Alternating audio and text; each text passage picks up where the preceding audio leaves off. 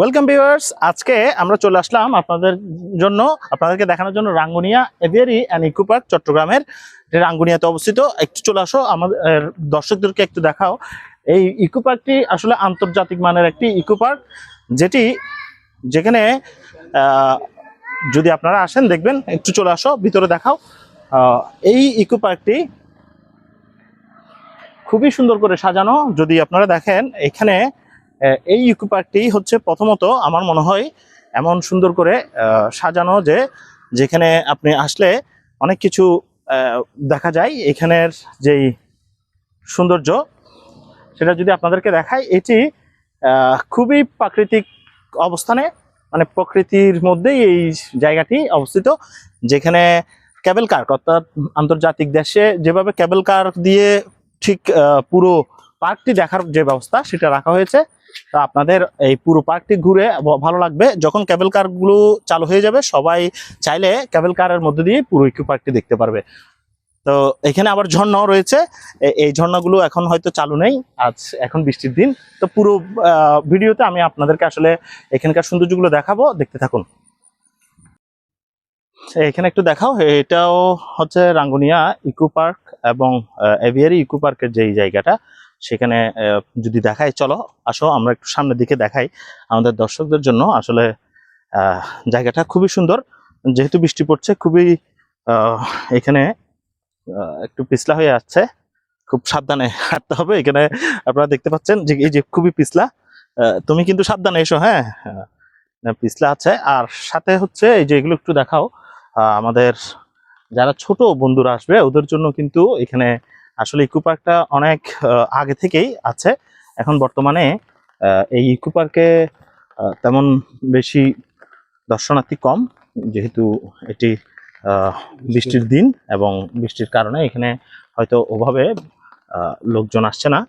তো তারপরও আমি আপনাদেরকে যদি একটু দেখাই, এখানে কিন্তু সুন্দর ব্যবস্থাপনা রেখেছে, যাতে সবাই আসলেই এখানে বসতে পারে। বসার জন্য বেশ কয়েকটি এরকম পয়েন্ট রয়েছে। আপনাদেরকে পুরো ভিডিওতে আমি আসলে এখানকার যেই কি আয়োজন তারা রেখেছে, বিশেষ করে রাঙ্গুনিয়া এভিয়ারি ও ইকো পার্কের যে আয়োজন, সেগুলো একটু করে একটা গ্লিম্পস দেখানোর চেষ্টা করব।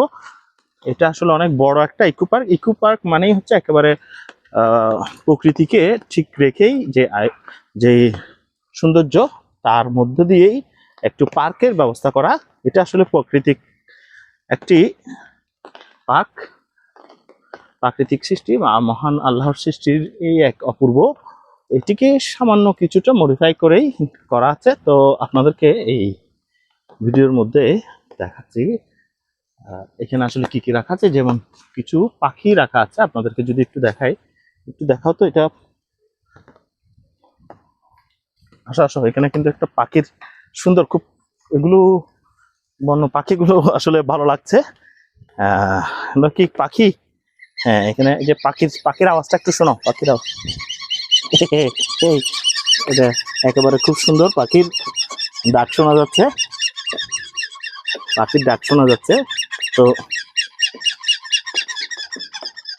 এই এমন প্রাকৃতিক বিষয়গুলো যেমন এখানে রয়েছে, তেমনি এখানকার আমি আপনাদেরকে পুরো জায়গাটা আসলে ঘোরার যে ভিডিও সেটি করাটা সম্ভব হচ্ছে না, তাই একটু একটু করে গ্লিম্পস আপনাদের জন্য এখানে রাখার চেষ্টা করছি। এই জায়গায় অন্যান্য পার্কের মতো এখানেও কিন্তু খুব সুন্দর করে এটি, হ্যাঁ, এখানে এত সুন্দর করে কিছু আয়োজন এখনো হয়তো চালু হয়নি, যেটি অন্যান্য কোনো জায়গায় আপনারা পাবেন না। আমি যদি আপনাদেরকে একটু দেখাই এইখানে আসলে কি কি রয়েছে এই পার্কের মধ্যে। এখানে guide map, Rangunia aviary and eco পার্কের যেই গাইড ম্যাপ, এইখানে এই সবগুলো দেখার জন্য কিন্তু এখনো যদি এটা চালু হয়নি, বিশ্বের বিভিন্ন উন্নত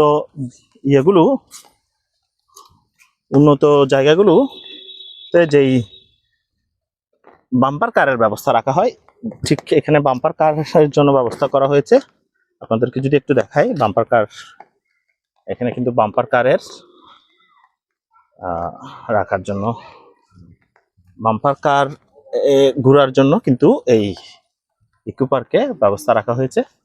তো আসলে অসাধারণ একটি পার্ক এটি, রাঙ্গুনিয়ার এভিয়ারি এবং ইকো পার্ক, যেটি আসলেই আমাদের চট্টগ্রামের জন্য একটি বিশেষ আয়োজন, একটি সুনামের বিষয়। চট্টগ্রাম তথা রাঙ্গুনিয়ায় এই পার্কটি আন্তর্জাতিক মানের একটি পার্ক হিসাবে বিবেচনা করা হয়। তো আপনারা দেখতে পাচ্ছেন এখানে অনেক কাজ চলছে। তো খুব শীঘ্রই হয়তো সব কাজ হয়ে গেলে এই যে বাম্পার কারগুলো, যেগুলো এই যে কেবল কার দিয়ে একেবারে পুরো পার্কটি ঘুরে দেখার মতো ব্যবস্থা করা হবে সামনেই।